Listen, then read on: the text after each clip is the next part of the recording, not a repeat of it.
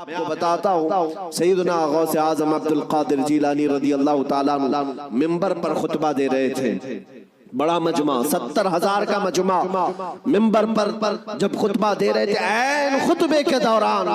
چھت پر سے ایک نہایت ہی کالے قسم کا سانپ نمودار ہوا، جس کی ہیبت ایسی تھی کہ مجمع میں سے لوگ ادھر سے ادھر ہونے لگ گئے۔ اس سانپ کی دہشت سے لوگ گھبرا گئے، لیکن وہ سانپ چھت سے اوپر سے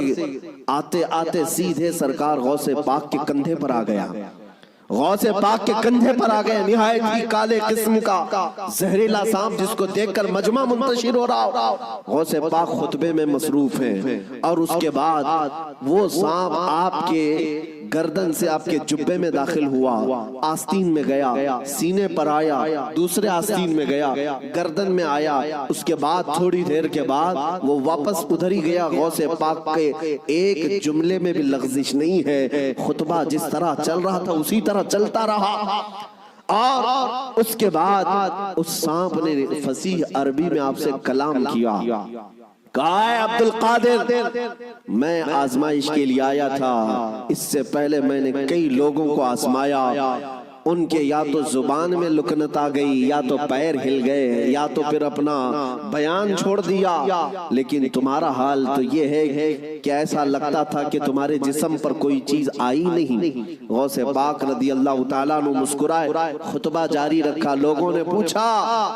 غوث پاک سے کہ یہ کیا تھا، اتنا بھیانک سانپ آپ کے جسم پر آیا، آپ کے جسم پر کوئی جنبش بھی نہیں، لغزش بھی نہیں۔ سرکار غوث پاک رضی اللہ تعالیٰ عنہ مخاطب ہوتے ہوئے ارشاد فرماتے ہیں، میرا نام عبد القادر ہے، میں قادر کا بندہ ہوں۔ کس کا بندہ؟ قادر کا بندہ، قدرت پر یقین رکھتا ہوں۔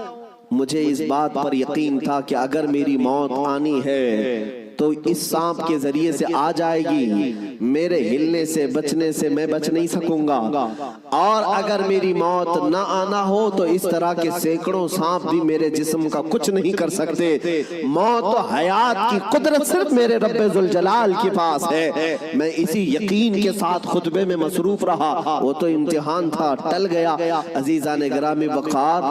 اس بات کا میں آج آپ کو اعلان کرنا چاہتا ہوں، اگر آپ قادری سلسلے سے بیعت ہیں تو غوث پاک کی اس استقامت پر قربان جاؤ۔ آج اس طرح کے زہریلے سانپ اگر تمہارے ارد گرد آ بھی جائیں، تمہیں اس بات کا یقین رکھنا ہے، موت و حیات کا مالک میرا پروردگار ہے، موت و حیات کی قدرت میرے رب ذوالجلال کے پاس ہے۔ اور یہ یقین میں آپ سے کہتا ہوں کہ غوث پاک کے مقام تک تو نہیں پہنچ سکتے، لیکن واقعہ عرض کرنے کا مقصد یہ ہے کہ ہم قادری غلام ہیں، قادری کتے ہیں، ان کی نسبت سے اگر ہمارے سینے میں تھوڑا بہت بھی اگر شجاعت کا جذبہ آ جائے تو میں سمجھتا ہوں کہ میرے عزیزو آج اس روئے زمین کا منظر ہی بدل جائے گا۔ لوگ دیکھ چکے تمہیں ڈرا کر کے، دھمکا کر کے، انہیں یہ اندازہ ہو گیا ہے کہ یہ تھوڑے پیسوں میں بک جاتے ہیں یا خوف سے تھر تھراتے ہیں، ڈر کر کے بھاگ جاتے ہیں، اس لیے دنیا تمہیں ڈراتی ہے، دھمکاتی ہے۔ لیکن جس دن تمہارے قدم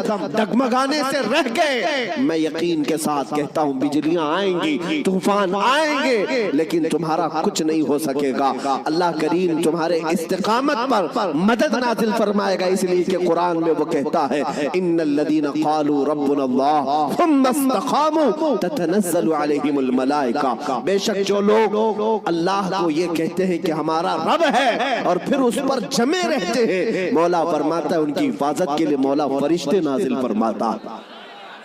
جمے رہنا، استقامت، ڈٹے رہنا، یہ آج تمہاری ضرورت ہے میرے عزیزوں۔ طوفان آئیں گے، آندھیاں آئیں گی، لیکن یہ نہیں ہے کہ تم میدان چھوڑ کر بھاگ جاؤ۔ دیکھو موت تو آنی ہے، کسی ہاسپٹل کے بیڈ پر آئے گی یا گھر کی چٹائی پر آئے گی، کہیں نہ کہیں آنا ہے، یا کسی حادثے میں یا کسی بیماری میں۔ لیکن اگر قسمت سے موت اس حال میں آئے کہ میں میرے نبی کا پرچم بلند کر رہا ہوں، نبی پاک کی عزت کی بات کر رہا ہوں، اور اگر اس حال میں موت آئے تو اس موت کا کیا کہنا؟ میرے عزیزوں، بزرگوں نے فرمایا جو ناموس رسالت پر مر جاتا ہے، روح نکلنے سے پہلے وہ اپنے سرانے پر مصطفیٰ کریم کا دیدار بھی کرتا ہے، نبی پاک صلی اللہ تعالیٰ علیہ وسلم کا دیدار کرے گا۔